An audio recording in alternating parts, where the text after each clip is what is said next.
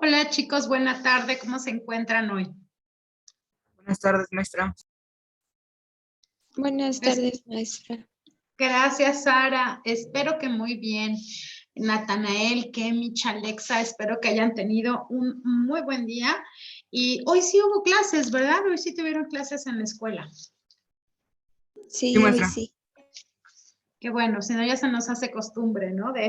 O de cada viernes o de cada lunes. Entonces, bueno, pues se agradece algún día de descanso, pero pues que no se haga costumbre porque ya nos queda poco tiempo. Bueno, en nuestro curso ya terminamos la próxima semana, pero para la escuela, ¿qué día terminan ustedes sus clases en la secundaria? ¿Se acuerdan? Yo que sepa, es Sí, hasta el maestra. 28 de julio. Ah, es hasta julio. Sí, No me digas. Porque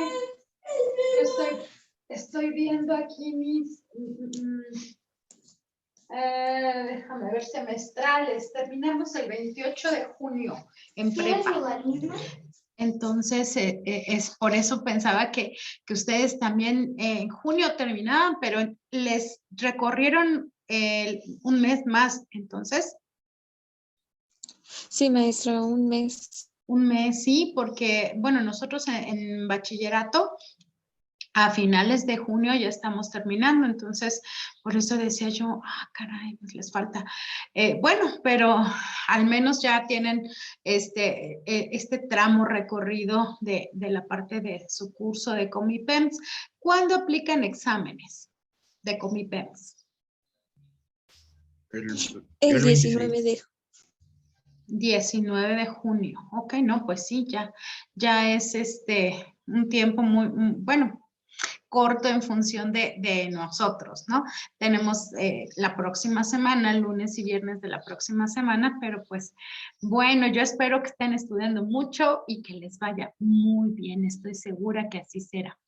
Y les voy a compartir mi pantalla para que revisemos esta parte de la presentación porque los temas con los que vamos a continuar son bastante importantes en el sentido de que no sé, la verdad es que desconozco el programa de Historia Universal en secundaria, pero ya los últimos temas de repente se hacen un poco y difíciles en el sentido no que no se comprendan, sino que más bien siento que ya en la secundaria a lo mejor no los abarcan tanto. En bachillerato sí, la verdad es que estos temas pues es el pan de cada día de historia universal, pero fíjense que historia universal se ve hasta quinto de bachillerato. Entonces, yo doy también historia universal. Yo doy historia de México, introducción a las ciencias sociales, historia universal, filosofía. ¿Qué más? Introducción a las ciencias sociales. Ya dije introducción a las ciencias sociales. ¿Qué más doy? Bueno, pues las materias de histórico-social. Entonces, esas son las materias que me corresponden, pero estructura socioeconómica de México. Pero historia universal lo vemos hasta quinto semestre, así que, bueno, pues ustedes van a ir adelantaditos. Cuando lleguen, no, ya cuando lleguen a quinto van a decir, ya se me olvidó.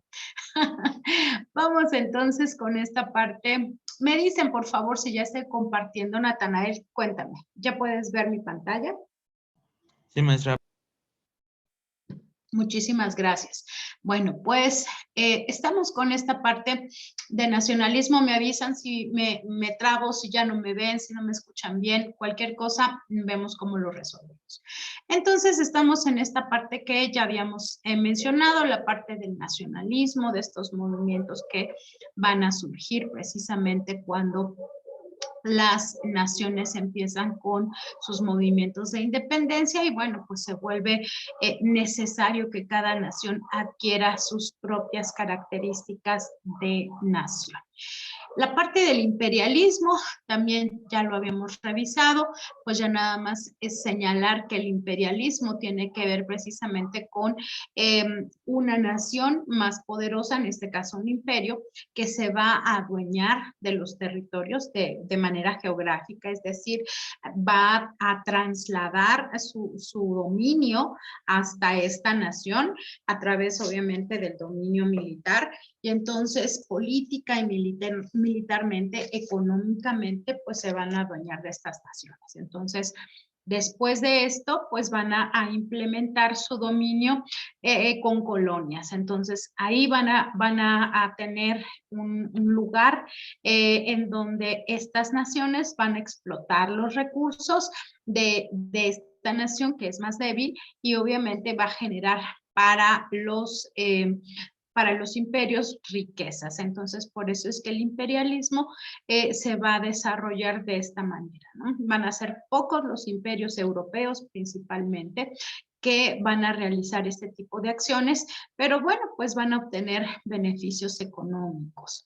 La Primera Guerra Mundial, entonces, decíamos que tenía que ver precisamente con las rivalidades europeas, que estaban los países imperiales, estos imperios como Francia, Alemania, Inglaterra, Rusia, que tenían el control de otros territorios, pero querían apoderarse de más territorios, ¿no? Entonces, bueno, pues estos bloques se van a dividir en bloques y vamos a ver entonces cómo es que algunos de estos países entre sí van a estar compitiendo y finalmente pues se van a crear estos dos bloques, la Triple Alianza con Alemania, el Imperio Austrohúngaro, e Italia van a formar la Triple Alianza y la Triple Entente Inglaterra, Francia y Rusia. Entonces, vamos a ver que estos países beligerantes, es decir, el significado de países beligerantes es que están en guerra, entonces, y que además pues son rivales. Entonces, estos países que están en guerra y que son rivales, vamos a verlos en dos bloques. Finalmente, después de estas causas, acuérdense que el detonante de esta Primera Guerra Mundial fue el asesinato del archiduque Francisco Fernando y después de esto, pues van a venir las declaraciones de guerra. Entonces, todos estos países, en el caso de Austria-Hungría, Rusia, Alemania y Francia, pues se van a dedicar a pelear en contra de los otros países, que en este caso será la Triple Alianza y la Triple Entente. Entre ellos van a estar buscando el dominio. Entonces se van a realizar diferentes etapas en la guerra. La guerra va a tener verificativo de 1914 a 1918. Estos van a ser los años de la guerra y las diferentes etapas de la guerra, pues será la guerra de movimientos, la guerra de posiciones en 1917 y el final de la guerra. Y bueno, pues decíamos que todo esto había traído consecuencias a nivel de los territorios, que algunos imperios se deshicieron, consecuencias sociales, obviamente, con la parte de las muertes demográficas, económicas. Entonces, al final, bueno, pues Alemania y los países que lo apoyaban, en este caso, la Triple Alianza, pues van a salir derrotados, van a resultar derrotados en esta Primera Guerra Mundial y es así que, bueno, pues Alemania tiene que firmar un pacto, que ese será el pacto que le va a permitir continuar, en este caso, Alemania, sin que tenga una sanción. Bueno, sanción en el sentido de que si incumple con alguno de estos puntos, pues se van a sancionar. Surge una organización que se va a llamar, no es la ONU, pero sí es la Sociedad de las Naciones, así se va a llamar. Esta Sociedad de las Naciones, que va a surgir a raíz de la Primera Guerra Mundial, va a tener como finalidad vigilar que las naciones que forman parte de este grupo pues cumplan los acuerdos. ¿Cuáles acuerdos? Bueno, pues el Tratado de Versalles, que fue el más importante, y aquí es donde se le impone a Alemania que pague todos los destrozos causados en la Primera Guerra Mundial. Entonces, pues era mucho dinero, así que Alemania tenía mucho que pagar. Este tratado de Berlitovsk, que también Rusia tenía tenía que renunciar a territorios. El tratado de Saint-Germain-en-Laye también aquí tiene que ver con la división del Imperio Austrohúngaro, y entonces vamos a ver cómo surge este país. No existía Austria, existía el Imperio Austrohúngaro, se va a disolver después de la Primera Guerra Mundial, y entonces surgirá esta nación denominada Austria. Y bueno, finalmente el Tratado de Neuilly, que aquí Yugoslavia también va a conformarse como una nación. Y pues al final, quienes eran los países beligerantes, pues no les va a quedar de otra más que reducir su armamento, el ejército, y ya no van a poder tener los motivos como para estar compitiendo en una guerra de armamentos, en una carrera armamentista, porque ya se dieron cuenta que Alemania es una nación peligrosa y no quieren que Alemania siga siendo. Alemania incumple, finalmente no es que se apegue al 100% a los dictámenes del Tratado de Versalles y sigue teniendo armas. Entonces, es por eso que para la Segunda Guerra Mundial, pues Alemania ya cuenta con armamento, porque hizo caso omiso a la Sociedad de las Naciones, al Tratado de Versalles, y continuó con esta idea de que en algún momento puede reunir el poder para someter a los otros imperios. Acuérdense que esta es una carrera entre imperios y todos los demás que estamos ahí en medio, pues no nos queda más que pues adaptarnos a las maniobras que están haciendo estos imperios, que si van a colonizar, que si van a crear una nación poderosa, que si van a extraer riquezas, que si van a imponer mercados, o sea, todo esto tiene que ver con un grupo pequeño de naciones que son imperios y que son los más poderosos, y ellos van a crear las reglas del juego político y económico en todo el mundo. Entonces, bueno, pues vamos a ver cómo en Rusia 1917 va a ocurrir una revolución. Esta será la Revolución Rusa. Y es muy importante porque la Revolución Rusa va a marcar el fin también de un imperio que será el Imperio zarista, y entonces la creación de Rusia como una nación que va a tener un gobierno socialista. Bueno, pues, ¿qué es el socialismo? El socialismo va a ser precisamente una ideología que tiene características económicas, políticas, sociales, este régimen que va a preocuparse por los trabajadores, ¿no? Quienes van a ser los ideólogos del socialismo, hay dos tipos de socialismo, un socialismo utópico, que es así como lo que te puedes imaginar, lo mejor que podría pasar en un estado socialista, y el socialismo científico, que serían los acuerdos o las prácticas reales puestas en la sociedad. Entonces, en Rusia se va a aplicar este socialismo científico y Karl Marx será uno de los ideólogos, Federico Engels será otro de los ideólogos del socialismo. Y entonces ellos estudiaban precisamente que el capitalismo, que es el sistema económico que hasta ese momento se conocía, que no era apropiado para todos, ¿no? Era ventajoso porque solamente unos cuantos se apropiaban de la riqueza y se quedaban la riqueza, que obviamente eran los dueños del capital, los capitalistas. Y el resto, que era la clase trabajadora, la que estaba desprovista del capital y de los medios de producción, bueno, pues ellos vivían en la pobreza. Entonces, punto número 1, la preocupación por la pobreza.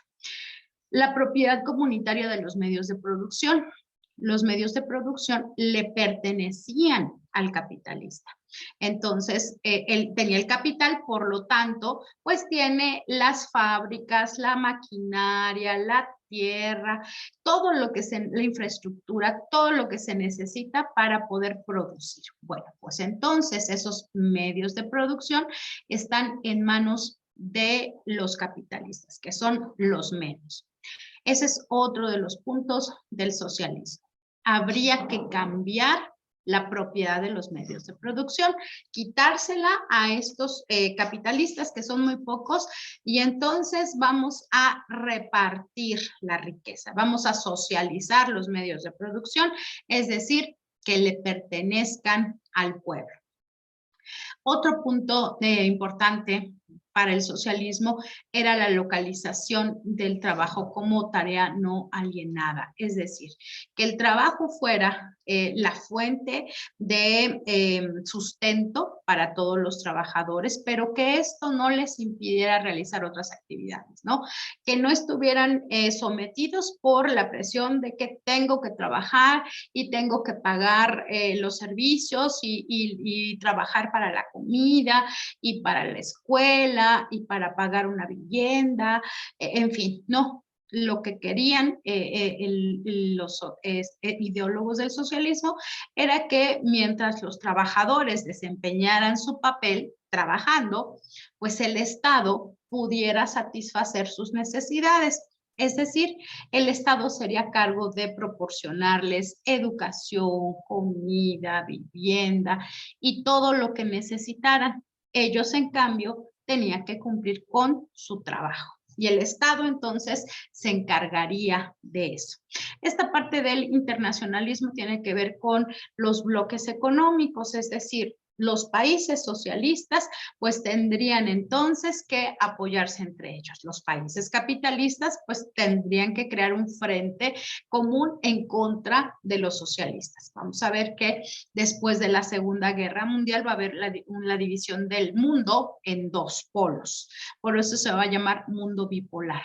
En un polo estarán los países capitalistas, encabezados por Estados Unidos, y en el otro polo estarán los países socialistas, encabezados por la ex Unión Soviética. Este punto de soberanía popular tiene que ver con las naciones que van a adoptar el socialismo como forma de gobierno, pues ellos van a ser los que impongan las reglas del juego. Ya no tendrán que depender de los países capitalistas porque ellos van a comerciar solo con países socialistas. Va a haber un análisis de clases de la sociedad, es decir, se pretende que desaparezcan las clases sociales en el régimen socialista. Es decir, si ya no existe propiedad privada de los medios de producción y esta propiedad va a ser regulada por el Estado, bueno, pues entonces ya no va a haber quien tenga más y quien tenga menos. Todos van a vivir de manera igualitaria. Entonces habrá esta parte de posibilidades de que los individuos tengan un desarrollo creativo y humano en una sociedad donde sí hay trabajo, donde el Estado se va a encargar de satisfacer las necesidades de los trabajadores, pero que ellos no sientan que es una imposición y no se sientan explotados. Esa va a ser una de las causas más importantes por lo que van a ocurrir las revoluciones socialistas.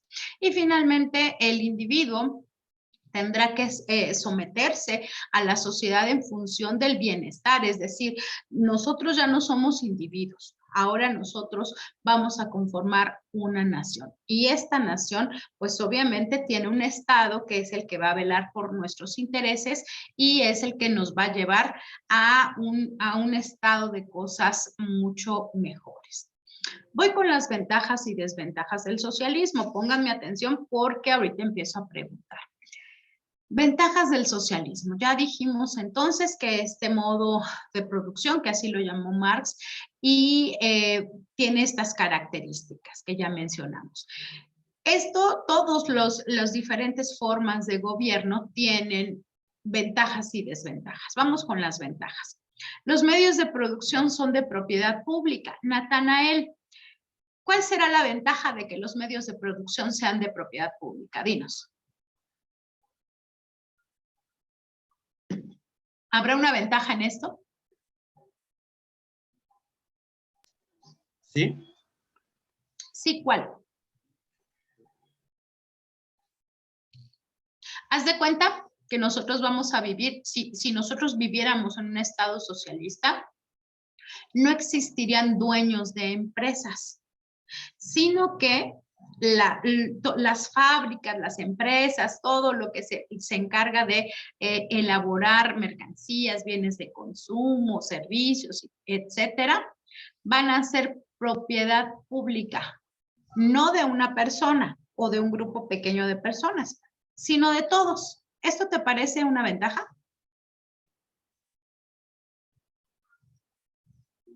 Pues sí. Pues sí, claro, o sea, si nosotros formamos parte de la clase trabajadora, podríamos decir, pues claro, claro que me parece muy bien porque yo no tendré que preocuparme por cómo voy a cubrir mis necesidades básicas, ya que el Estado se va a encargar de eso, a través de que los medios de producción van a formar parte de la propiedad pública. No va a haber clases sociales porque no va a haber quienes sean los dueños del capital. Bien, se elimina el privilegio del bienestar individual, primando el interés general y el bienestar colectivo. Kemich, ¿te gustaría vivir en un estado en donde no exista esta parte del bienestar individual y que solamente se vele por el bienestar colectivo? Sí. Sí, ok, bien. Está muy centrado en los conceptos como la desigualdad.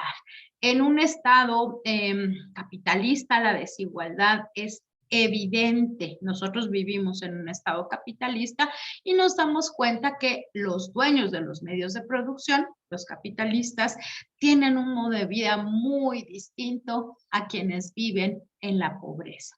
Entonces, bueno, pues un estado socialista no tendría estas grandes diferencias entre los ricos y los pobres. ¿Cómo ves esa forma de vida, Sara? ¿Te parece interesante?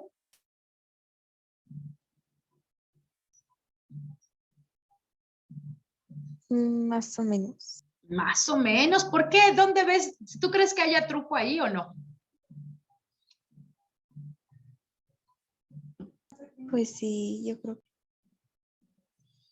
Sí, porque difícilmente todos van a vivir iguales, ¿no? O sea, por más que nos hagan pensar que efectivamente el socialismo no existe una división y que todos serían, vivirían igual, de la misma manera, en una situación de igualdad. Y los gobernantes, bueno, habrá gobernantes y los gobernantes van a vivir igual que el señor que barre o el maestro o el taxista o sea, esto nos pone a pensar, bueno, y quienes trabajan para el Estado, los burócratas, ¿de verdad van a vivir en las mismas condiciones que el resto de la población? Bueno, ahí está la duda, ¿no? El socialismo está muy comprometido con la clase obrera. Alex, ¿a ti qué te parece un Estado comprometido con la clase obrera? ¿Bien?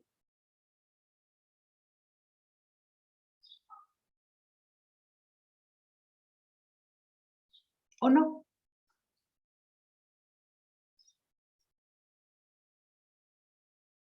Pues aquí podríamos pensar, bueno, si nosotros formamos parte de la clase obrera y el Estado nos apoya, pues qué bueno, ¿no? Esa sería una parte importante. Vamos a ver cuáles serían las desventajas del socialismo.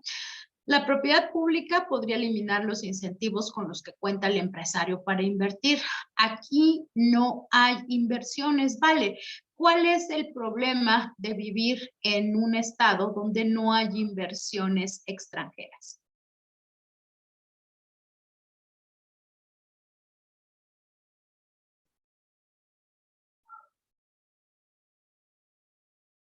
Uriel, ¿cuál sería el problema de vivir en un estado que no tiene inversiones extranjeras?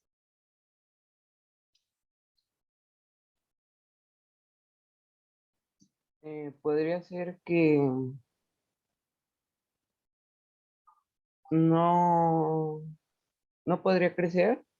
Exactamente. No podría haber crecimiento económico. ¿De dónde? ¿No? O sea, si solamente vamos a vivir con lo que tiene el Estado, pues está difícil, ¿no? Porque vamos a trabajar para nosotros, obviamente, pero ¿y qué, con quién vamos a comerciar? ¿O quién va a venir a invertir? ¿No? Entonces, nos va a dejar con una economía muy limitada, lo que nosotros tenemos y ya, autoconsumo casi, ¿no? Privilegia, otra de las desventajas del socialismo es que se privilegia el bienestar general. Por otro lado, también podría mermar la economía, es lo que estábamos diciendo. Bueno, tal vez sí es cierto que el Estado me va a dotar de lo indispensable y me va a dar vivienda y me va a garantizar la educación y la salud, el acceso a la salud y al deporte. El índice de analfabetismo en países socialistas como Cuba es del 0%. Eso quiere decir que todos los cubanos en edad escolar saben leer y escribir. Imagínense un país en donde todos saben leer y escribir. ¿Qué te parece eso, Donovan?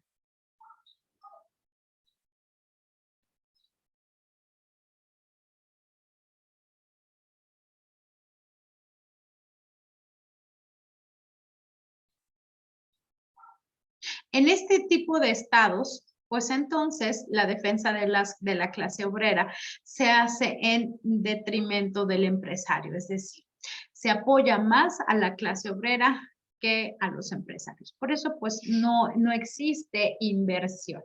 Entonces, pues, si no hay inversión, difícilmente habrá crecimiento. Díganme, por favor, ¿quedó claro qué es el socialismo? ¿Cuáles son sus ventajas, sus desventajas, sus características? Confírmenme si son tan amables. Sí, Ok, bien. Voy entonces con el fascismo. Fíjense, el fascismo, que en italiano es fascismo. En el caso del fascismo, vamos a tener regímenes fascistas. Esto se va a dar en la década de los 20, en Europa principalmente.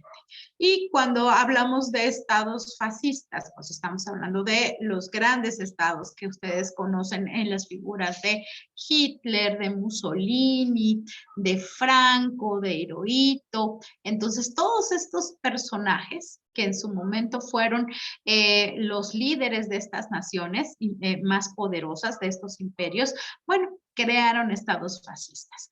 ¿Cuáles son sus características? Bueno, pues el nacionalismo, esta es una de las características más importantes del fascismo. Es decir, resaltan la figura de la nación frente a la del individuo. Y hay un fuerte nacionalismo que se centra en su líder. Natanael, ¿has visto imágenes o videos donde se presentan? Yo voy a hablar de dos estados que son los más reconocidos, en el caso del italiano con Mussolini y el alemán con Hitler. Cuando se realizan, vemos en algunos documentales o en programas o en videos, estos desfiles. ¿Qué características podemos ver en el líder, ya sea en Mussolini o en Hitler, con respecto al nacionalismo?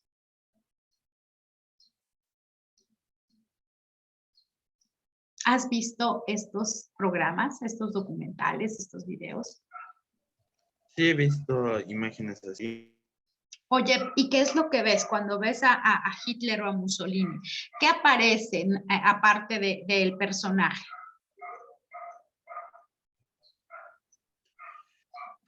Eh, hablando a voz alta con todo el pueblo escuchando, aplaudiendo. Exacto. Oye, ¿ves banderas? Sí, también. Banderas, insignias, desfiles, lo que tú dices, ¿no? O sea, estos personajes, estos líderes están dando un discurso y bueno, el pueblo entero está volcado, ¿no? Incluso hasta el saludo de Hitler, ¿lo recuerdas? ¿Has visto ese saludo? Sí, sí me acuerdo. Si Ok. no lo recuerdo, sí. Sí, ok. Y entonces en este Tercer Reich, que es el gobierno de Hitler, pues todas estas características que les he dicho, desde el atuendo, desde las banderas de Alemania, incluso la suástica en el caso de Hitler. La suástica, los himnos, los desfiles, las insignias que portan, las estatuas del líder, bueno, todo esto, las imágenes, porque hay imágenes por todos lados, ¿no? Carteles del líder. Bueno, esto es nacionalismo, ¿no? Todos los estados fascistas necesitaban hacer esto, plantear bien las bases del nacionalismo para que la población, ya sea alemana, ya sea italiana, ya sea española, ya sea japonesa, pudieran entonces sentirse orgullosos de su raza. Bueno, pues en simplemente Alemania, ¿no? Ahí vimos cómo Hitler va a llevar a cabo esta depuración, esta limpieza racial, ¿no? Porque consideraba que la raza aria era una raza superior y por eso es que quiere exterminar a todos los que no sean arios en Alemania. Entonces, esto es nacionalismo. Centralismo, aquí vamos a tener un solo partido, el Estado debe ser centralizado y el poder se centra en una sola persona. Kimmich, ¿te acuerdas cómo se llamaba este partido de Hitler? No, maestra. Oh, el partido nazi. Nazi, que es la contracción de nacionalsocialismo. Y entonces en este partido nazi, aquí, quien gobierna, pues es el Estado, ¿no? Pero quien gobierna en realidad es el líder. Entonces, el líder, el poder, se va a centrar en una sola persona. Es un régimen antidemocrático. Aquí se van a usar mecanismos como la violencia, la propaganda. Van a ser estados militaristas, expansionistas, no hay elecciones, no hay libertades individuales y se va a plantear este concepto de raza superior. Entonces, estos gobiernos fascistas van a tener estas características, todos los gobiernos fascistas. Vamos a pensar en el socialismo, nacionalsocialismo alemán. Y aquí tenemos esta figura, ¿no? La imagen de este hombre que en su momento, pues dirigió Alemania. Sara, ¿quién es este hombre que aparece en la pantalla?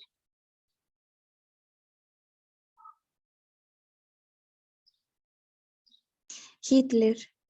Adolfo Hitler. Has visto películas, documentales, videos de él, me imagino, muchas veces, ¿no? Sí, maestra. Ok. Oye, ¿y qué idea tienes? ¿Qué te parece a partir de lo que tú conoces de él? ¿Cuál es tu percepción de este personaje? Pues yo creo que era un hombre que quería como... bueno, por ejemplo, es como cuando a alguien no le cae bien otra persona, como que se quiere como deshacer de esa persona o por ser diferente o no sé, así, ¿no? Y es lo que como que lo que él hacía por ser bueno, los otros. De raza aria, ajá, los arios, Ajá. ajá, ajá. Sí, por ser diferentes, pues los quería como eliminar. Así es, entonces, bueno, pues este personaje que bien dice su compañera Adolfo Hitler, tiene todas estas características que ha dicho, pero bueno, pues hay datos, hay anécdotas bien interesantes, ¿no? Como que él quería entrar al conservatorio en Austria y en su natal Austria, y que en realidad a la Escuela de Bellas Artes, ¿no? Y fue a hacer su examen y no lo pasó, no lo aceptaron. Entonces incluso decían, si lo hubieran aceptado en la Escuela de Bellas Artes, no hubiera hecho todo el desorden que hizo. No, pues yo creo que sí, lo tenía que hacer, ¿no? A lo mejor ya estaba en su destino que él sería uno de los personajes más recordados por esto. ¿no? Bueno, y entonces el nacionalsocialismo alemán va a tener como base precisamente esta inconformidad de los alemanes, porque recuerden que ellos van a perder la Primera Guerra Mundial y están muy inconformes porque obviamente el Estado alemán tiene que estar pagando todo lo que se perdió en la guerra. Y estamos hablando de la guerra en todos los países, ¿no? Cada país mandó casi su factura para decir, bueno, a mí se me debe esto, entonces pues Alemania tenía que estar pagando. Y obviamente el Estado pues tenía que cobrar impuestos más altos a los alemanes para pagar lo que se debía. Entonces, bueno, los alemanes estaban muy enojados precisamente con la monarquía, porque hasta ese momento gobernaba Alemania un rey. Entonces, bueno, pues no estaban de acuerdo. Las condiciones de este pacto de Versalles tenía Alemania sumida en una pobreza muy grande. Y esto, bueno, va a favorecer a este personaje que va a ser Adolfo Hitler, que va a crear este Partido Nacional Socialista. Nazi es esta abreviatura del Partido Nacional Socialista. Y entonces él va a llegar al poder, se va a ir poco a poco llegando al poder. No crean que él le va a arrebatar el poder al rey o va a hacer un golpe de estado. No, se va a convertir en primer ministro y cuando se empiezan a gestar estas necesidades de cambio, se van a llevar a cabo elecciones y Hitler va a ser electo. 1933 va a ser electo como jefe de la nación alemana y va a romper todos los pactos que tenían a Alemania sumida en la pobreza. Por eso es que lo van a apoyar, porque Hitler les promete que se va a acabar esto de pagar los gastos de la Primera Guerra. Pues están de acuerdo, están muy de acuerdo. Entonces, ahí tenemos la parte del nacionalsocialismo. En el caso del fascismo italiano, los regímenes fascistas surgen aquí, en Italia. Y entonces el fascismo es una ideología nacionalista, ya vimos que es nacionalismo. Todo el poder de Italia se encontraba centrado en la figura de Benito Mussolini. Entonces hay una anécdota bien interesante sobre Mussolini. Uriel, tenemos un personaje también llamado Benito en la historia de nuestro país. ¿A qué Benito nos referimos? A Benito Juárez. Así es, Uriel. Y para Uriel y para todos, Benito Mussolini va a tomar el nombre, precisamente el papá de Benito Mussolini, le va a poner Benito porque admiraba a Benito Juárez. Esto es real, ¿eh? Entonces, de alguna manera, bueno, pues hasta ahí llega la influencia de Benito Juárez en la historia universal, ¿no? Bueno, pues Benito Mussolini se va a encargar de llevar la figura del líder, va a ser el líder también de los italianos en todos ellos van a crear partidos políticos. Entonces van a ser los líderes de estos partidos políticos, porque antes de que ellos llegaran al poder, me refiero a Hitler y a Mussolini, había reyes. Había un rey en Alemania, había un rey en Italia, y entonces los gobiernos eran monarquías. El poder se centraba en Roma, pero van a surgir diferentes grupos que están en contra de las monarquías. Es el caso del grupo llamado Camisas Negras. Es un movimiento antidemocrático. El fascismo italiano es considerado entonces como una tercera vía. Todos estos personajes como Hitler y Mussolini lo que van a hacer es proponer en sus propuestas políticas, lo que van a hacer es señalar las ventajas de vivir sin un rey, de que la monarquía ya no sea vigente, que ya se cambie la forma de gobierno, y entonces ellos están proponiendo con su partido político y con sus propuestas políticas una mejora para los alemanes o para los italianos o para los españoles, dependiendo del estado en el que estemos revisando, ¿no? Entonces, Mussolini se va a convertir en esta opción, ¿no? El fascismo italiano, el partido fascista italiano va a ser entonces considerado como la mejor solución para cuando el rey, quitar al rey de su poder y entonces que exista un gobierno democrático. Y en ese gobierno democrático que gobierne Benito Mussolini. Bueno, pues entonces esto va a generar un racismo contra todas las personas que viven en Italia y que no son italianos. Para controlar la economía, el fascismo tomaba todos los sectores de producción. Impulsaba el valor de la guerra y de la conquista por el bien de la nación. El Estado era más importante que el individuo. Y la gran importancia de los símbolos, como por ejemplo la bandera. Entonces, esta parte simbólica, esta parte del nacionalismo va a hacer que los italianos le den este voto de confianza a Mussolini y van a permitir que se convierta en su líder. Pero obviamente, pues con todas las características de dominio que hemos estado señalando, lo mismo que en Alemania Hitler. En el caso del nazismo alemán, el nazismo nace del fascismo de Mussolini. Benito Mussolini se va a convertir en la inspiración de Adolfo Hitler. Entonces, cuando Hitler conoce a Mussolini, queda prendado. La verdad es que era su fan y él quería realmente imitar y copiar muchas de las situaciones, incluso de las expresiones que tenía Mussolini. Así que, bueno, pues también va a adoptar esta parte fascista de Mussolini y las va a aplicar en Alemania. Después de la derrota de Alemania en la Gran Guerra, bueno, pues los nazis proponen esta división de poderes, crear una raza aria y extender el odio hacia los judíos. Y no nada más los judíos, todos aquellos que fueran minorías étnicas. Entonces, bueno, empezando por los judíos.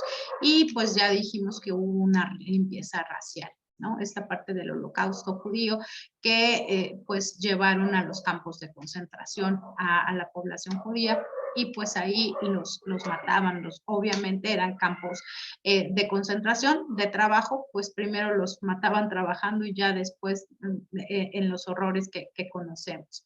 Hitler entonces fue el máximo representante del nazismo y Alemania se convirtió en el Tercer Reich. Es decir, la forma de gobierno, así se le va a conocer.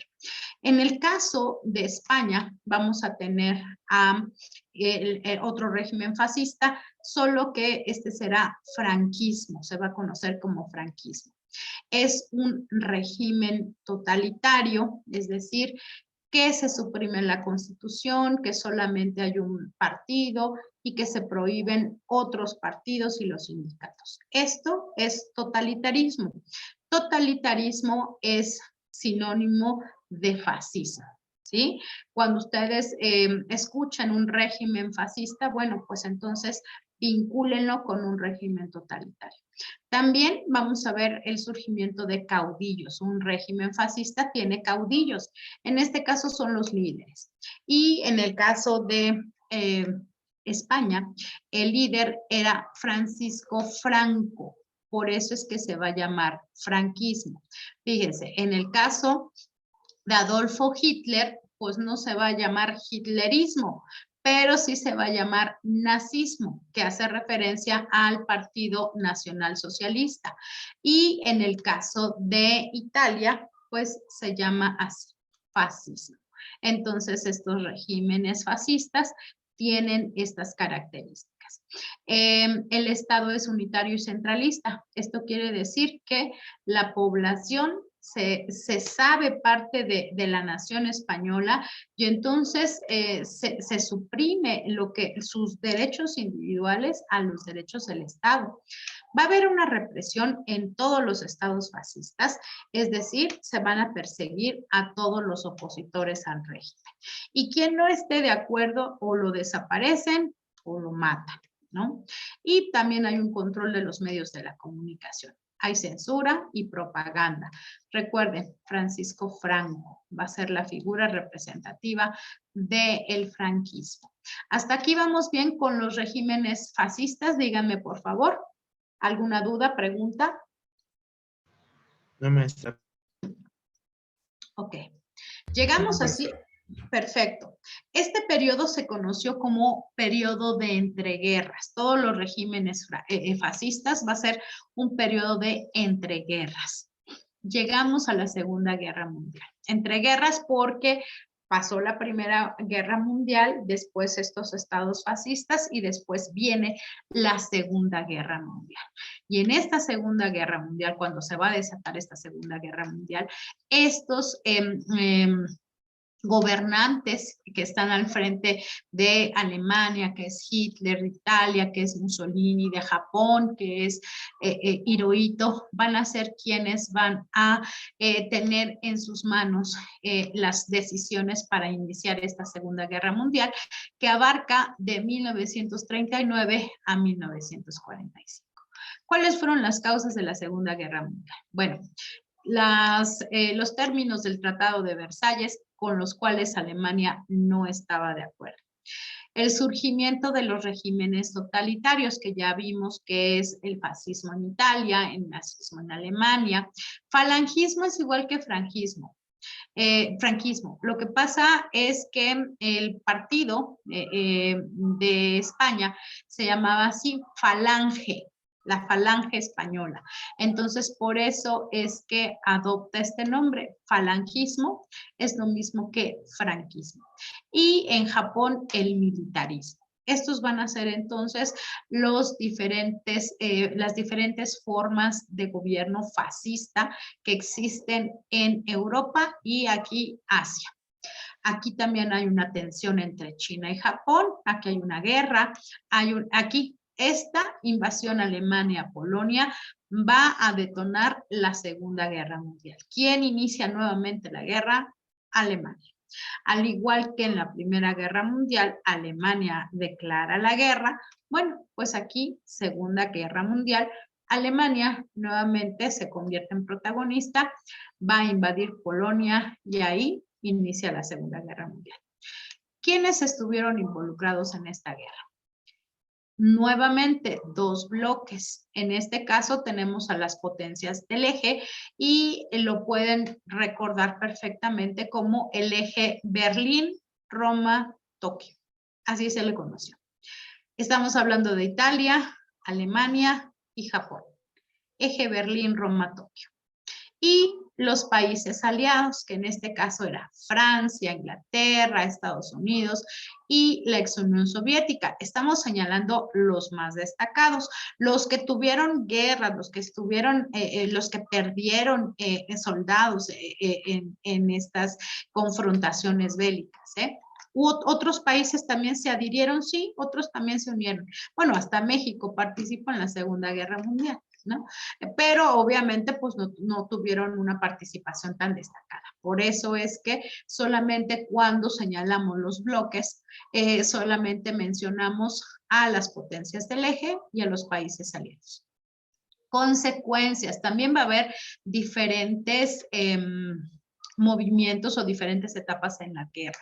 Pero la consecuencia de esta Segunda Guerra Mundial será la devastación de más de la mitad del territorio europeo. Esta Segunda Guerra Mundial, si la Primera Guerra Mundial provocó millones de muertos, bueno, esta Segunda Guerra Mundial fue aún mucho más importante y provocó más muertes.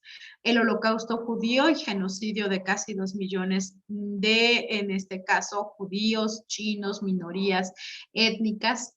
Inicio de la Guerra Fría, al dividirse el mundo entre el bloque capitalista y el bloque socialista o comunista.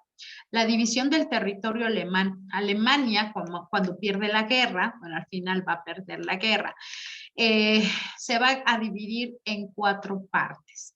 La descolonización de África y Asia, la creación de la ONU, la crisis económica europea, la creación del Banco Mundial, y la creación del Fondo Monetario Internacional. Entonces, esta Segunda Guerra va a tener como consecuencia todos estos elementos. ¿Cuáles fueron las fases de esta Segunda Guerra Mundial? La primera fase se le conoció como Guerra Relámpago. Entre 1939 y 1940, Hitler atacó de manera rápida ciudades como Checoslovaquia y Polonia. Esto dijimos que la invasión a Polonia por parte de Alemania se considera el inicio de la guerra. Fase 2, inicio de la Guerra Mundial. Entre 1941 y 1942, la guerra va a entrar en un panorama internacional con la entrada de la URSS, Japón y Estados Unidos. Fíjense, realmente Estados Unidos no había intervenido. Estados Unidos siempre va a intervenir casi hasta la última etapa de las guerras, tanto la primera como la segunda, pero su apoyo va a ser esencial para poder derrotar al bando contrario, ¿no? La fase 3, la contraofensiva de los aliados. Aquí tenemos a la URSS iniciando una contraofensiva contra Alemania y el resto de los aliados van a atacar a las potencias del eje. Aquí tenemos el desembarco en Normandía. Y finalmente, la fase 4, que será el final de la guerra, los aliados van a conseguir recuperar todas las regiones conquistadas por los alemanes.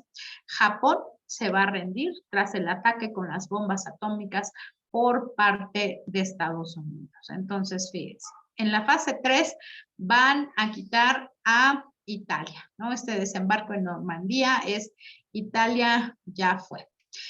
Después va a ser Estados Unidos, va a bombardear 2 ciudades japonesas. ¿Te acuerdas de cuáles fueron estas 2 ciudades japonesas, Alexa?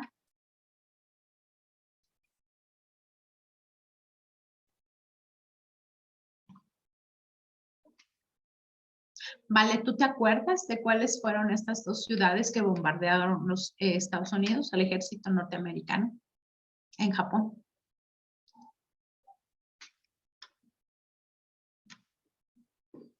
Donovan, ¿tú te acuerdas? Hiroshima y Nagasaki.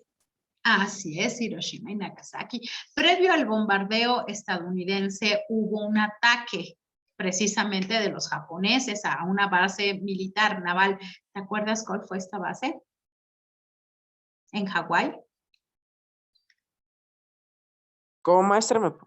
¿Te acuerdas que también los japoneses, antes de que el Estados Unidos les lanzara estas bombas a estas 2 ciudades, Hiroshima y Nagasaki, esa va a ser la contraparte de los Estados Unidos, por eso bombardean a estas ciudades. Pero antes los japoneses habían bombardeado una base militar naval de los estadounidenses en Hawái. ¿Te acuerdas cómo se llamó esta base? Que hasta hicieron película. Bueno, los estadounidenses hacen películas de guerras.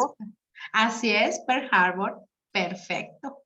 Entonces tenemos el ataque a Pearl Harbor, que va a ser precisamente con el ataque aéreo a Pearl Harbor, que va a ser por parte de los japoneses. Los japoneses van a atacar a esta base militar estadounidense naval y posteriormente los estadounidenses pues van a repeler el ataque pues con esta devastadora bomba, ¿no?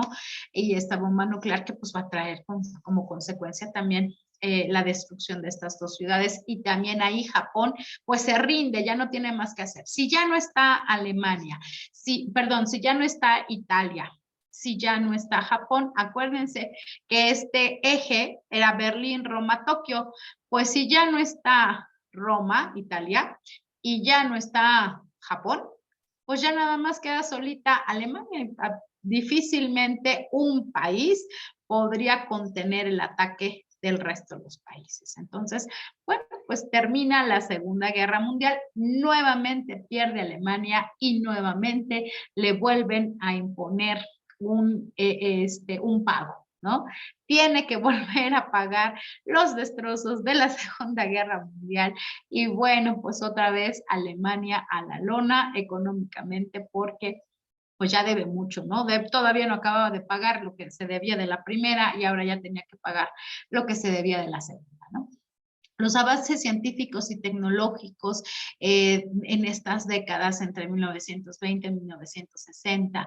Vamos a ver cómo precisamente pues los aviones, la guerra en el aire, pues se hizo famosa precisamente. Los japoneses fueron muy habilidosos para que ellos tenían esta flota aérea y los kamikazes se volvieron muy famosos precisamente por ser quienes llevaban a cabo estas proezas, ¿no? Incluso pues dejaban ir sus aviones en contra de los objetivos. Entre 1918 y 1930 se construyeron aeronaves metálicas y de diseños más estéticos con potentes motores para alcanzar grandes velocidades y recorrer enormes distancias. Esto también permitió viajar de América a Europa en relativamente poco tiempo, ¿no? Y ya a principios de la década de los 40 también surgieron los primeros helicópteros, lo cual impulsó el desarrollo de las comunicaciones por la radio, el conocimiento acerca de las propiedades de la presión atmosférica, la fabricación de armamentos a larga distancia, esta parte de los misiles y demás, las bombas. Bueno, pues entonces tenemos una guerras, esta Segunda Guerra Mundial, vemos cómo se pusieron de manifiesto pues todo este desarrollo y esta tecnología armamentística. Entonces, ya habíamos visto ventajas, no es cierto, habíamos visto ventajas y desventajas del socialismo. Y ahora vamos a ver estas ventajas y desventajas del capitalismo. No, no, creo que esta ya la habíamos visto, sí, esta presentación, esta diapositiva. Ventajas y desventajas del socialismo. Vimos del socialismo, no vimos el capitalismo. Entonces, aquí me voy a quedar aquí. Les decía yo que en las ventajas, vivir en un país o vivir bajo un régimen capitalista significa que los dueños del capital, bueno, pues van a ser quienes tienen bajo su dominio, pues todas las transacciones económicas, ¿no? Entonces ellos van a ser los que fijen los precios de las mercancías, los productos, que se creen monopolios, que den trabajo, van a ser los dueños del capital. Obviamente, pues entonces ellos son los dueños de los medios de producción, ¿no? El capitalismo tiene estas dos clases sociales. Los capitalistas, que son los dueños de los medios de producción, y el proletariado, que ellos no son dueños de nada, solamente de su trabajo, de su fuerza de trabajo. Entonces, podríamos pensar, bueno, pues para la clase trabajadora seguramente será desfavorecedor. Pues sí, pero que es la mayoría. Además, numéricamente hay más trabajadores, la clase trabajadora es mucho más grande que la clase capitalista, ¿no? Los empresarios y los dueños del capital son menos comparados con la clase trabajadora. Pero bueno, vamos a ver cuáles son las ventajas y desventajas del capitalismo. Como ventaja tenemos que el libre comercio permite el acceso a una amplia variedad de bienes y servicios. Que Mitch, ahora con la pandemia, pues el e-commerce fue bastante útil para todas las personas que pudieron tener acceso a ¿verdad? ¿Tú cómo lo viviste? ¿También tuviste oportunidad de hacer compras en línea? Sí, sí tuve oportunidad de hacer compras en línea. Oye, y vivir en un país donde no tienes acceso a este libre comercio, ¿qué te parecería?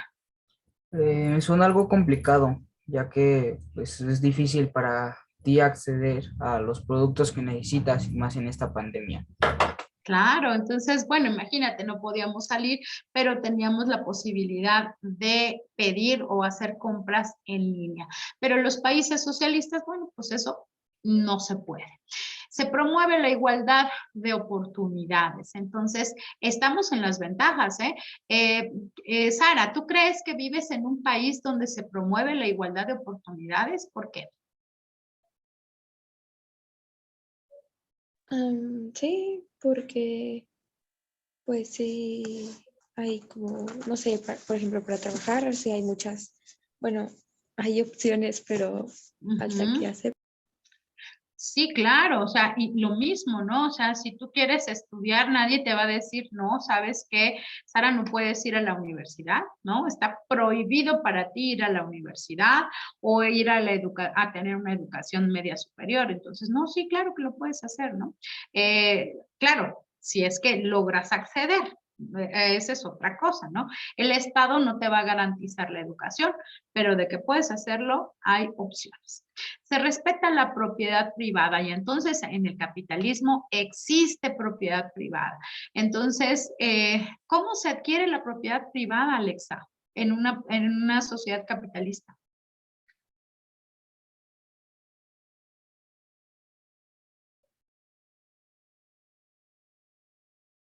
Vale, ¿cómo adquirimos estos bienes, esta propiedad privada en una sociedad capitalista?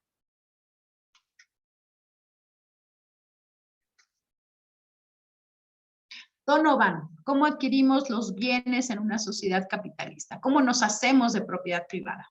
Con dinero.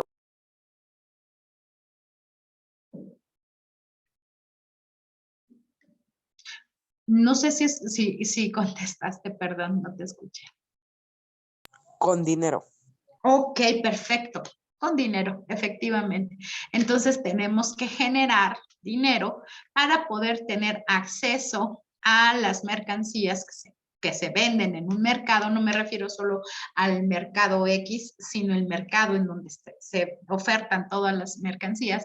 Entonces ahí es donde nosotros podemos adquirir los bienes de consumo que necesitamos o los servicios que requerimos, y también podemos adquirirlos con dinero para que formen parte de nuestra propiedad privada. Se fomenta la innovación y el capitalismo no solo está ligado a las libertades individuales, sino que también puede ser de índole social. Estas serían las ventajas de vivir en un país capitalista, y recuerden que nosotros vivimos en un país capitalista. Ahora, las desventajas de vivir en un país capitalista. Se privilegia el bienestar individual, que en ocasiones puede chocar con el interés colectivo. Es decir, hay pocos, muy pocos que tienen estas ventajas económicas, y que bueno, pues ellos, los dueños del capital, los dueños de las grandes empresas, pues no van a dejar de ganar, no van a dejar de tener riquezas en este caso, para poder que los demás se sientan bien, ¿no? O que los demás tengan acceso tal vez a un poco de las oportunidades que ellos tienen. Entonces, bueno, pues el acceso ahí está, pero pues si puedes llegar, qué bueno, y si no, ni modo.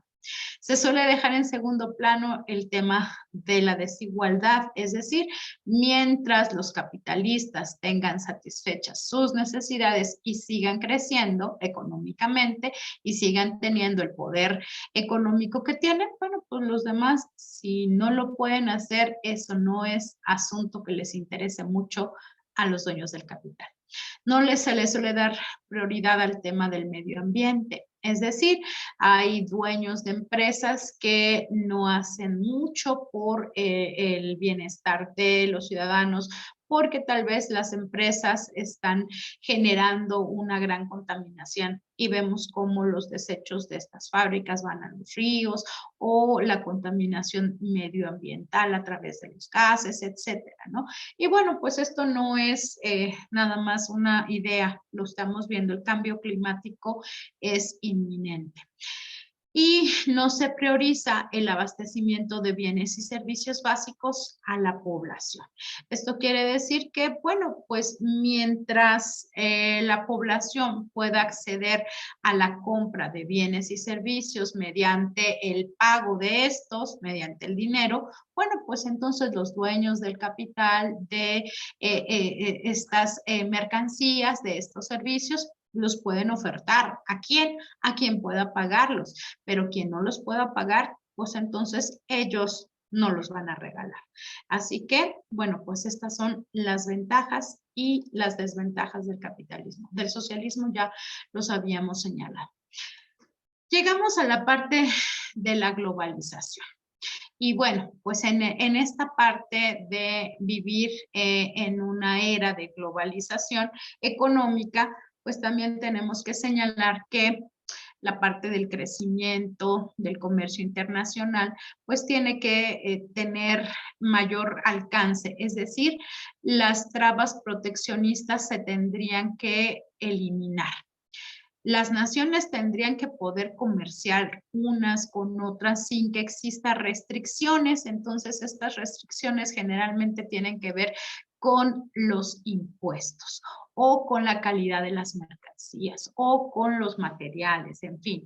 Entonces, aquí se pretende en la globalización económica que este comercio internacional se genere entre los países para poder tener acceso precisamente a los bienes de consumo que toda su población requiere. Alban, ¿tú crees que esta parte de este crecimiento internacional, los bloques que comercian entre sí, sean todos los países que puedan involucrarse en esta globalización o habría unos que no? ¿Y por qué? Pues sí podrían involucrarse todos, pero siento que no todos se involucran. ¿Cuál será el motivo, Alban? ¿Por qué los países de África no tienen a lo mejor esta misma oportunidad que los países de Europa? Porque les faltan recursos. Así es. Porque en el caso de los países africanos, pues no generan muchos recursos. Y los recursos que se generan, bueno, pues solamente se quedan en unas cuantas manos. Entonces, pues difícilmente vamos a ver al continente africano estar al mismo nivel que los otros continentes comerciando. Digo, si estamos hablando de la globalización económica y estamos hablando de bloques comerciales y estamos hablando de comercio, crecimiento del comercio internacional, tenemos que asumir que no todos los países están participando en este concierto internacional económico. Algunos están haciéndolo y lo están haciendo muy bien. Y esto tiene que ver precisamente con los recursos económicos que tiene cada nación. En este caso, pues un continente, ¿no? Que es un bloque. La nueva manera de organizar la producción tiene que ver con la globalización económica. Esto quiere decir que los procesos productivos se van a dividir entre distintos países. Habrá una división internacional del trabajo y de aquí se van a crear las empresas multinacionales o transnacionales. Esto quiere decir que existen entonces algunos lineamientos que han sido creados por estas empresas para que cuando tengan presencia en otros países, bueno, existan las condiciones necesarias para que estas empresas operen en cualquier país, ¿no? Sara, dinos el nombre de una empresa multinacional que conozcas. ¿Multinacional?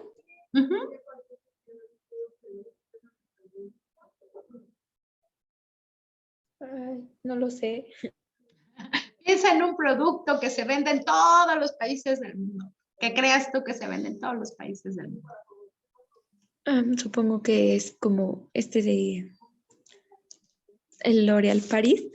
Ah, ok, L'Oréal, perfecto. Ok, vamos a pensar en esta empresa de L'Oréal.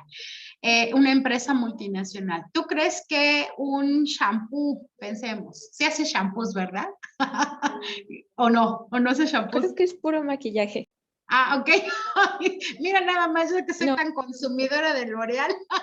Ok, maquillaje. No, también sabes que he visto, eso sí los he usado, los tintes del cabello. Sí, también lo sé. Sí, ¿verdad? Ok. Tintes y maquillaje. Pensemos, ok. ¿Tú crees que sea diferente la calidad de un maquillaje de L'Oréal en México? ¿Sabes cuál es el origen de esta empresa multinacional, L'Oréal? París. Ah, París, porque hasta dice L'Oréal París, ¿verdad?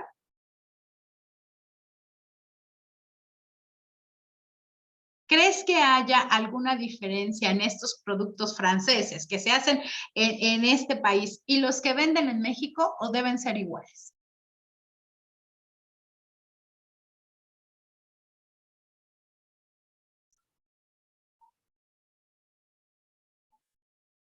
Dice Sara, no sé, no he comprado productos L'Oréal en Francia.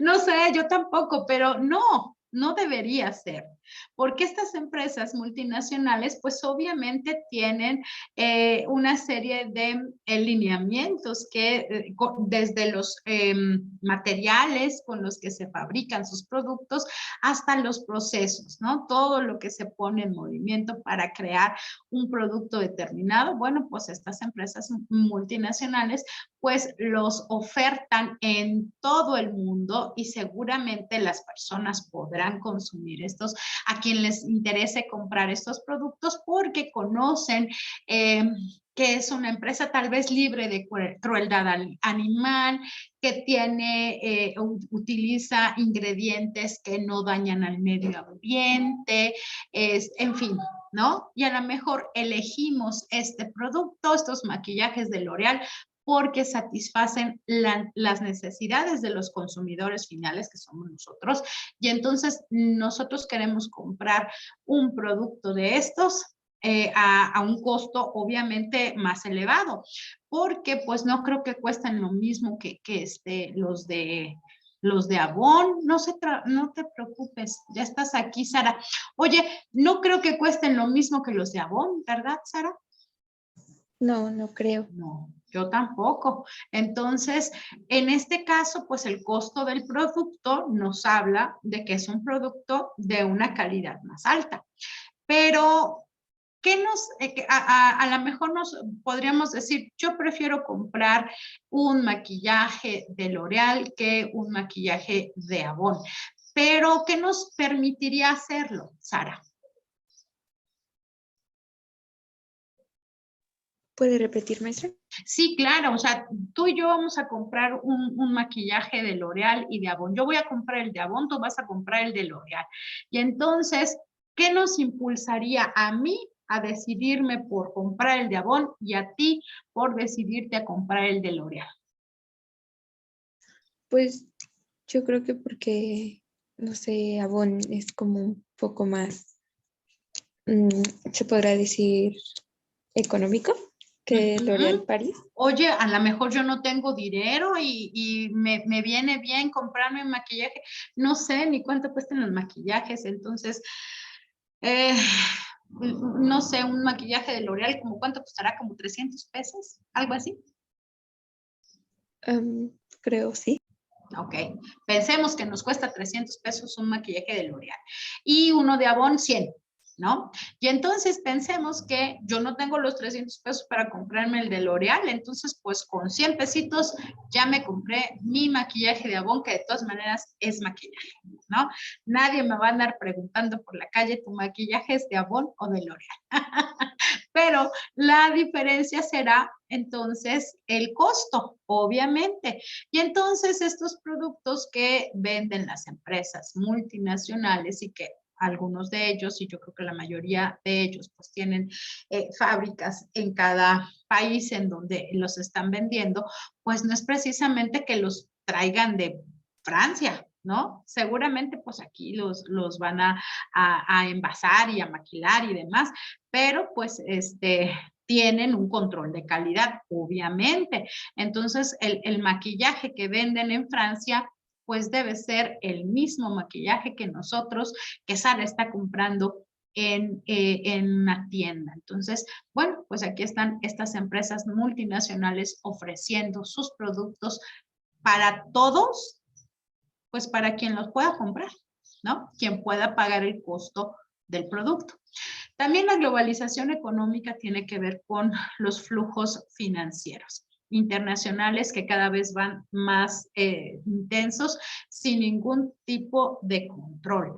Hace rato yo les decía del e-commerce y estábamos hablando de, bueno, cómo es que este e-commerce ha sido para muchos una oportunidad de compra. Y entonces esto cada vez se va volviendo no tiene una regulación como tal, ¿no? me parece que incluso los precios pueden variar de un día a otro. Si hablamos del e-commerce, no es como en una tienda que tú vas a comprar un producto y que ese producto pues va a tener el mismo precio, tiene un precio fijo. Pero en esta parte de los flujos financieros, pues puede tener, no hay un control, no hay precisamente alguien que esté regulando los precios. La utilización de las nuevas tecnologías en las telecomunicaciones e Internet. Y entonces esto también ha favorecido que los productos se quieran comprar. Yo no sé, díganme ustedes que saben, porque yo la verdad es que no sé, pero me decía uno de mis alumnos que hay productos que solamente se venden por internet, que no podrías encontrarlos en una tienda, ¿cierto? Cierto. Estos son como tenis, o ¿qué será, Kemich? ¿O de qué productos estamos hablando? No se encuentran en cualquier tienda, ¿verdad? Ajá. Pues Oye, sí, pero pueden ser que tenis, playeras o ropa, o qué será. pues puede ser tenis o playeras, pues dependiendo también depende como, si buscas una marca en específico, solo se encuentra en una tienda de cierta marca o un perfume. Si buscas tenis, se encuentra en ciertas tiendas, no se puede encontrar como en cualquier tienda. Veía yo no sé, un reportaje donde decían de como los tenis más caros del mundo, ¿no? Y entonces me decía mi hijo, mamá, pero es que esos nada más se venden en internet, porque le decía, ¿quién compra esos tenis, no? Me dice, bueno, primero esos tenis nada más se venden por internet, ¿no? Y entonces, pues no es así como que todas las personas corran a comprar los tenis porque son carísimos. Entonces van dirigidos como a un público muy específico. Decía yo, caray, ok, entonces tenemos que estas nuevas tecnologías. Kemich, dinos, por favor. Bueno, a mi papá le pasó que estaba buscando un celular que solo se puede comprar por línea, Ajá. no se encuentra en ninguna tienda. A lo mejor ese es otro Fíjate. ejemplo. Ahí está, la tecnología, claro que sí, me imagino que sí. Y que además, pues incluso hay, hasta cuando pides el súper, ¿no? Ahí viene oferta en línea o algo así, ¿no? O sea, porque que compras y los compras en línea, viene una oferta. Entonces yo decía, mira, o sea, hasta por comprar en línea puedes tener ofertas. Entonces, aquí tenemos las telecomunicaciones y el Internet. Acuerdos sobre comercio internacional, esto es bien importante porque a medida que se van desarrollando todos estos países, están produciendo tecnología o están produciendo productos básicos, carne, o están desarrollando medicamentos o a lo mejor puede ser vehículos o pueden ser celulares o pueden ser alimentos, en fin, ¿no? Lo que ustedes me digan. Bueno, pues todos estos países que se especializan en algo en particular, bueno, todos ellos necesitan adherirse a los acuerdos sobre comercio internacional. Entonces, pues existen tratados comerciales que precisamente van a impulsar que estos países puedan vender a otros países los productos que producen, ¿no? Y que estén, digamos, pues protegidos y liberados de estas trabas proteccionistas. Es decir, ¿quién les pondría las trabas? Pues el Estado. El Estado podría decir, no, eso no lo podemos vender aquí porque, y entonces estos países lo que hacen, estos acuerdos comerciales lo que hacen es liberarlo de estas trabas proteccionistas. O no, aquí no podemos permitir que los chinos vendan sus productos porque son de pésima calidad. Es verdad, o sea, lo que acabo de decir es verdad, pero pues los mercados están inundados de productos chinos, ¿no? ¿Por qué será eso? ¿Por qué si son de tan mala calidad? Porque vemos productos chinos en todo el mundo, Donovan.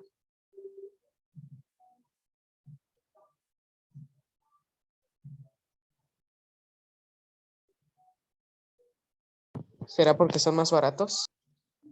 Primero porque son más baratos y segundo porque seguramente esta parte de los impuestos que pagan al país deben ser altos, ¿eh? O sea, para que un país te permita vender algún producto, un auto, un teléfono, tecnología, lo que tú quieras, pues le cobran impuestos a las mercancías que va a vender en el país. Entonces, seguramente los impuestos que pagan los chinos, las empresas chinas, pues deben de ser muy altos y los recuperan perfectamente porque, pues, en todo el mundo se venden millones de productos chinos. De buena o de mala calidad, se venden, ¿no? Y entonces esta parte de las instituciones económicas internacionales pues están permitiendo que este comercio se genere. Podemos decir, bueno, pero pues si son mejores los productos nacionales, ¿por qué vienen los chinos y quieren vendernos plumas, ¿no? O quieren vendernos zapatos, o quieren vendernos ropa? Hay un conflicto muy grande con esta parte de la ropa. ¿Han escuchado cuál es este conflicto con fast fashion? ¿Han escuchado este término, fast fashion? ¿Y cuál es el conflicto? Tiendas como Shein, por ejemplo, se han visto involucradas en este conflicto de fast fashion. ¿A qué se debe? Estamos hablando de venta de productos, ¿eh? Les soy honesto, no había escuchado de ese problema. ¿No habías escuchado? No, pues mira, bueno, si conoces, porque si yo los conozco, pues tú también. Estos productos de Shein, ¿cierto? Que compran productos en línea, ¿cierto?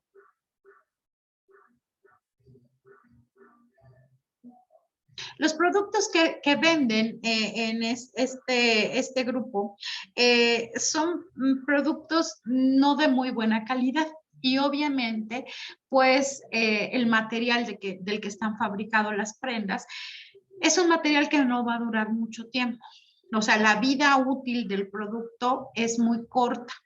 Si tú comparas un vestido que compraste en Shein y lo comparas con un vestido que se produjo en una fábrica mexicana, pues vas a encontrar diferencias y una de esas diferencias será precisamente la calidad de los materiales. Entonces, todas las empresas ocupan agua para fabricar sus productos. En cualquier parte del proceso hay agua involucrada, ¿no? Y entonces están dañando al medio ambiente precisamente porque las fibras que están ocupando para realizar estas prendas, pues son fibras artificiales, ¿no? Entonces no sé, al momento de que se puedan disolver, pues les va a costar mucho trabajo, ¿no? Si estamos hablando de cómo se van a ir deteriorando, ¿no? No ayudan al medio ambiente. Al contrario, pues de qué están hechas estas prendas, pues no es algo amigable al medio ambiente. Entonces, esto se llama fast fashion y está generando muchos problemas a nivel mundial precisamente porque los grupos ambientalistas quieren que frene la producción en masa, porque me imagino que se venden millones de productos en este sitio y en esta marca en particular, seguramente pues tiene un impacto a nivel mundial, pero a costa precisamente del daño al medio ambiente por ocupar ciertos elementos que no son amigables con el medio ambiente. Y obviamente todo esto pues, está generando un consumo de agua y cada vez hay países, por ejemplo en África, que sufren sequías intensas la mayor parte del tiempo, hambrunas. Hemos visto, yo creo, lamentablemente casi todos escenas de niños muriendo de hambre en algún país africano. Entonces, estas hambrunas son terribles, mientras que pues otros países se enriquecen precisamente vendiendo productos que siguen dañando al medio ambiente. Y bueno, estas instituciones económicas internacionales como el Banco Mundial, el Fondo Monetario Internacional, la Organización Mundial del Comercio, van a ser quienes sustenten económicamente a los países, quienes les den el dinero, los préstamos, las condiciones económicas necesarias para que sigan creciendo en esta parte de el comercio. Oportunidades de la globalización, pues claro que las hay, ¿no? Para los dueños del capital. Hay mercados más grandes, no sé si tú eres una empresa de alimentos, en este caso de fast food, pues y tienes un McDonald's, bueno, pues McDonald's hay en todo el mundo y tú podrías tener una tienda en cualquier país del mundo y las ciudades de esos países, ¿no? Imagínense todas las ganancias que puedes tener si tu marca está posicionada en todo el mundo. La economía de escala, bueno, pues entonces esto quiere decir que mientras más oportunidades tengas de llegar a otros países, obviamente tus ingresos van a ir aumentando. Y el acceso a moderna tecnología. Todos en este momento, pues nosotros hemos sido usuarios de la tecnología y pues gracias a la tecnología es que estamos aquí y estamos trabajando en este curso. Consecuencias de la globalización. Todo tiene consecuencias positivas o negativas. En el caso de las positivas, bueno, pues hay una apertura económica, más posibilidades de comercio, la expansión de los derechos sociales como derechos de las mujeres y los extranjeros, difusión de la democracia como un sistema político, acceso a otras culturas y mayor tolerancia y diversidad. Claro, pues sí hay oportunidades de comprar productos de otros países, también hay oportunidades para visitar otros países y conocer otras culturas y otras personas y aprender otros idiomas, ¿no? Porque tal vez puedas estudiar en el extranjero. Negativas. Monopolio de las grandes empresas. ¿Quiénes se van a ver beneficiados realmente con el comercio internacional a gran escala? Pues los dueños de las grandes empresas, ¿no? El pequeño comercio no puede competir con las multinacionales. No es lo mismo el martes de frescura en Walmart que el señor que vende en tu colonia las frutas y verduras, ¿no? O sea, no tienen las mismas ganancias Walmart que el dueño de este local pequeño que vende en tu colonia. La aparición de grandes instituciones políticas como la TAN, o la Comunidad Europea, la Unión Europea. El aumento de la desigualdad social y la imposición de la cultura occidental y del idioma inglés. Entonces, pues claro, digo, en este caso, el idioma universal es el inglés. Por eso nos dicen, ¿no? Aprender inglés es indispensable. Sí, claro. Los europeos no nada más hablan una lengua, ¿no? O sea, ellos están hablando 4 o 5 idiomas porque saben que tienen la posibilidad de estudiar y trabajar en cualquier país de la Unión Europea. Entonces, para ellos, si viven en Inglaterra, estudiar en Alemania no es un sueño guajiro, ¿no? Como para nosotros, ¿no? Para ellos es bastante práctico, ¿no? Y entonces lo único que tienen que hacer es aprender alemán. O si viven en Alemania, pueden estudiar en Francia sin problema, o pueden estudiar en diferentes países y eso no va a tener no va a ser un impedimento, ¿no? Los idiomas no se convierten entonces en un impedimento, se van a romper las barreras. Y creo yo que hasta aquí nos vamos a quedar en esta ocasión. Voy a dejar de compartir mi pantalla. Les voy a enviar al grupo esta presentación y el material con los temas que trabajamos este día para que ustedes lo tengan y díganme por favor antes de que terminemos si hay alguna duda, alguna pregunta, algo que comentar con los temas revisados. Sin dudas, maestra. Ok, me parece muy bien. Bueno, pues entonces la próxima semana vamos a dar fin con el temario de Historia Universal y también con formación cívica. Muchísimas gracias. Que estén muy bien. Cuídense. Un gusto saludarlos. Luego. Hasta pronto. Cuídense mucho. Nos vemos.